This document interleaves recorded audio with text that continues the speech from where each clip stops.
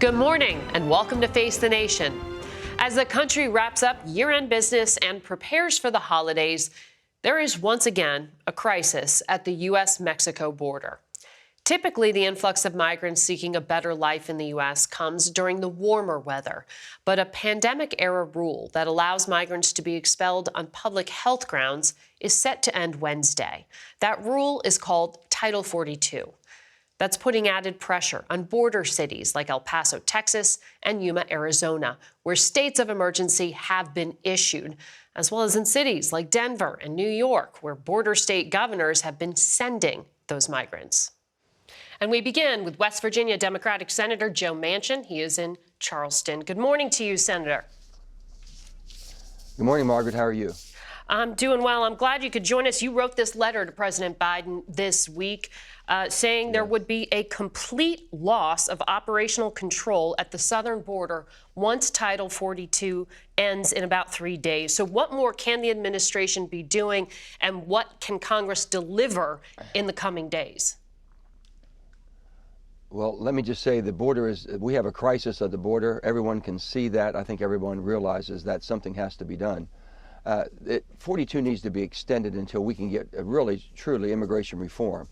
Immigration reform will not happen in our country until we all come, both sides of the aisle, Democrats, Republicans, and the administration, that you have to have total border security. But the court's ordered 42 to be struck down. You can have. I understand that the president needs to use every bit of power he has as an executive to find a way or ask for an extension. The president can basically, I think, ask for that extension. I think his administration is doing that or will do that. I sure hope they do. But we need an extension until we can get a viable answer for this. Right now, this is unattainable. This is wrong. You can't do this to the southern border. John Cornyn, my friend, senator from Texas, they're on the front lines. They're the largest border we have, state that borders Mexico, and it's unattainable. But what can Congress deliver in terms of emergency funding? Because as we understand it, unless the Supreme Court steps in, Title 42 is going away. Yeah, well, again, the executive order, we could pass a piece of legislation, an emergency piece of legislation, if we could all come to an agreement that basically Title 42 has to be, by law, extended and have the president sign immediately. I guess that could be done. We're going back in Monday, and it's a crisis. When you have a crisis, it seems like we can manage under a crisis in a bipartisan way. Mm-hmm. It's a shame that we've come to this gridlock. You said recently that you have a worker shortage in West Virginia right now. How do you get to bipartisan legislation on legal migration when you are about to face a Republican-controlled House that's vowed to impeach the Homeland Security Secretary? Yeah, well, first of all, it's an unfair charge against Ali Mayorkas. I think the gentleman is very competent. He can do a good job. They just need to unleash him, let him do his job. That's what I have said before, and I'll say it again now. With that, we have got to do basically immigration reform. My state of West Virginia needs more workers. We need people that want to come here for the right reason, to provide for their family a better quality of life. My grandparents, great-grandparents, brought my grandparents here in 1900 on both sides of the aisle from Italy and Czechoslovakia for that opportunity. I'm a product of that. And we have so many people that want to come to our country. There has to be a legal pathway forward. That's all we've been talking about. The 2013 piece of legislation that we worked on and passed in a bipartisan way in the Senate never got a vote in the House. Use that as the building block. That was a piece of legislation that was responsible and reasonable, and it basically all centered around border security. But it gave a legal pathway forward to come into this country, work your way to legal citizenship. That's what we need. Well, we will see in the new Congress if that becomes possible. You, on the energy security front, have also been raising concerns. Yeah. You were the critical vote that helped the president get his green energy plan passed as part of the Inflation Reduction Act, the IRA. That really ticked off Republicans, as you know. But you also said you had a second deal with Democratic leaders endorsed by the president to back up a bill to speed up permits for natural gas pipelines and other energy projects. Why did this collapse? Well, Margaret, first of all, there was no second deal. It was all one deal. It was basically, how do we have energy security?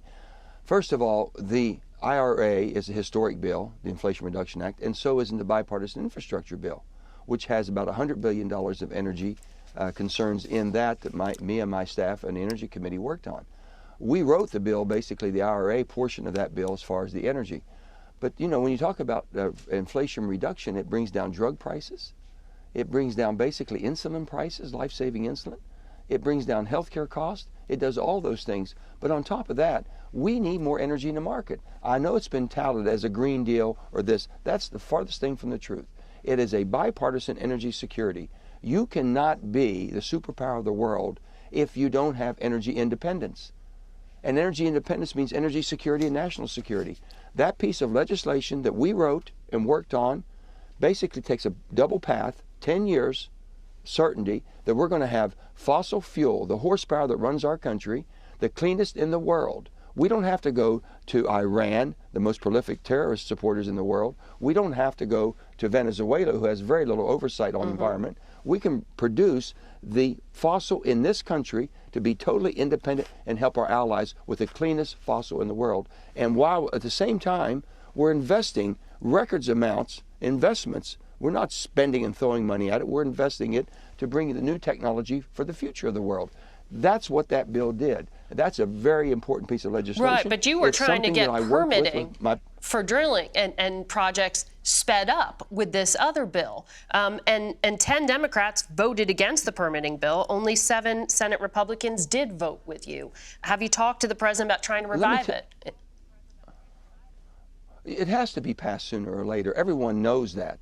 They keep saying, well, we'll get a better deal when the House goes Republican. I say to my Republican friends and colleagues, you've had the entire gambit from 2016 to 2020 when you had the president being Republican, the House and the Senate. You tried permitting. You had one Democrat, me. I'm the only Democrat that voted for major permitting reforms. So we know the lay of the land. Mitch McConnell knows basically the structure and how the legislature works and how the Senate works better than most. With that being said, we had a perfect situation here. 40 Democrats voted for permitting reform, which they had not supported before. And there was a majority, only 7 Republicans voted for something that all 50 had supported before. So you tell me, if it's about policy, is it about politics? Something's wrong, and this is why people are so upset with what they see going on in Washington. Permitting reform, basically with what we did with the Inflation Reduction and the bipartisan infrastructure bill, Margaret, if that all doesn't come to fruition unless you're able to do things. We're the only civilized country in the world that takes 2 and 3 times longer than anybody else. And if we don't do something on permitting reform, then the pipelines that we need to carry the energy that we demand and also the transmission that'll help carry the new technologies of the future won't be done in time, and that money will be stranded. That's what we're dealing with. Well, we'll see in the new Congress if you can get that done. I mean, you were pretty fired up after this failed. You said, I serve with an independent voice, not a political party. What is clearer now than ever is party politics are paralyzing our ability to unite. You talked about toxic tribal politics. Why are you staying a member of this tribe if it's so toxic? Well, here's the thing about it. You know, I really don't put much validity in the identity of being a Republican Democrat. I think we're all Americans. You know, I grew up in an age when if you're a Republican or a Democrat, we all acknowledged that we had a problem. We all had different ideas of how to solve the problem, but we were all trying to solve the same problem. It has basically transitioned itself to now to where, how can we blame somebody else? How can we create a problem and blame somebody for it that makes them unpopular? That's not what I signed up for. That's not what I signed up for. And I speak out. I speak out against the Democrat Party and against the Republican Party when it's wrong. I know you do. And basically, people are sick and tired of it. Well, you said recently you consider yourself strictly an independent. Do you see an advantage in this environment to becoming unaffiliated, to becoming an independent? Well, let's see how basically these 2 pieces of legislation, which are really historic, is the bipartisan infrastructure bill and the Inflation Reduction Act. Let's see how that plays out. If people are trying to stop something from doing so much good because of the politics, thinking that somebody else will get credit for it, let's see how that plays out, and I'll let you know later what I decide to do. But right now I have no intentions of changing anything except working for West Virginians, trying to give them more opportunities, better quality of life, and basically making sure our country is energy secured. That means national security will be the superpower of the world. Yeah. I'm not going to be relying on other parts of the world or other countries to delivering energy for what we need for our economy and our defense of our country. That sounds a little bit like a warning to Democratic leaders that you're considering something in the future there. You said, let's see. I think Margaret, let me just say, if I can say this to you. Yeah. They know how independent I am.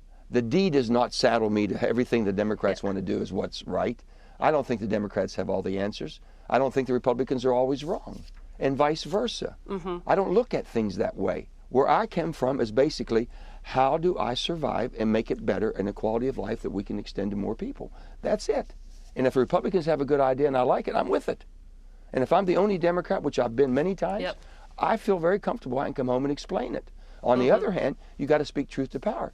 But when the Democrats are doing something, and on this one right now, with the Inflation Reduction Act, it's a shame it went through only reconciliation. That was a bipartisan bill. You can walk and chew gum. Provide more fossil energy cleaner, provide more investments into the cleaner technologies. That's what's coming, and that's what we have to embrace. Senator, thank you for your time this morning, and I hope you have a good holiday. Thank you.